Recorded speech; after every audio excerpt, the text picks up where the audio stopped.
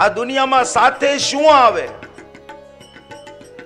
ધનાની ભૌમો પશવંશી ગોષ્ઠી ભાર્યા ગૃહદ્વારી જન સ્મશાને. ધનાની ભૌમો પશવંશી ગોષ્ઠી અને ભાર્યા ગૃહદ્વારી જન સ્મશાને. ધનાની ગમે એટલું ધન હશે એ સાથે નહીં આવે.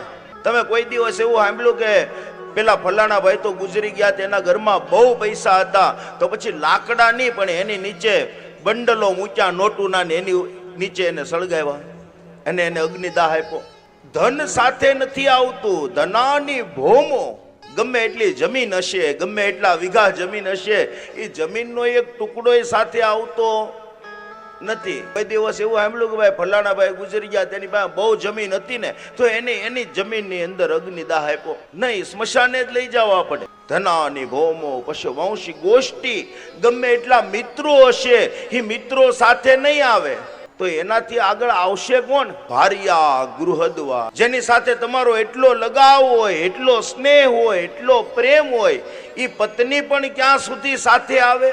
આપણે સનાતન ધર્મમાં તો એવી મર્યાદા છે કે આપણા ઘરના ઉંમર સુધી પત્ની સાથે આવે, એનાથી આગળ તો એ પત્ની આવતી નથી.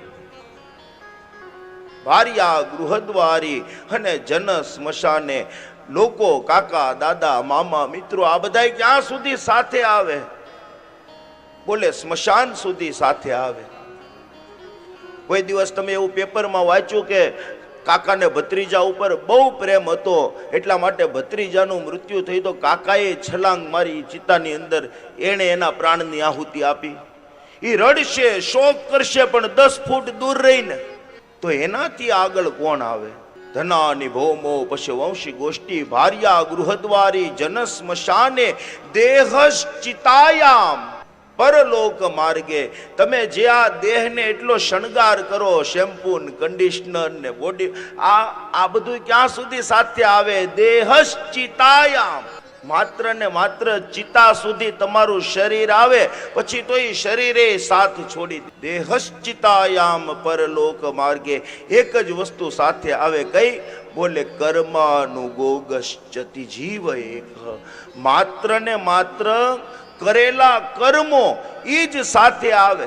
તો કાંઈક એવા સત્કર્મ કરી લઈએ, કાંઈક એવા પુણ્યનું ભાથું એ ભેગું કરી લઈએ કે ઉપર જઈએ ને ત્યારે એ ભાથું આપણી સાથે આવે.